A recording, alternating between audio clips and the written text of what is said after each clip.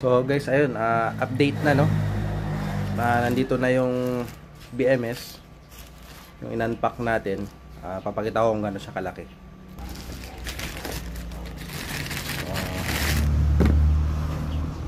So ito yung original BMS ko, galing Solar Dagupan.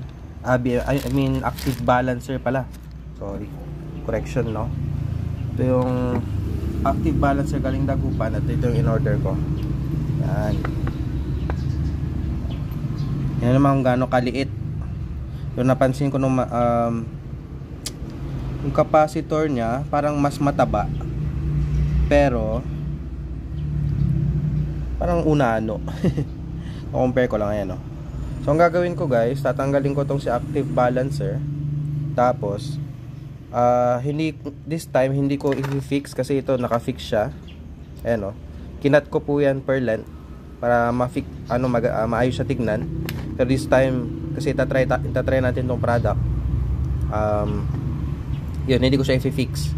Basta isasalpak ko lang siya, okay?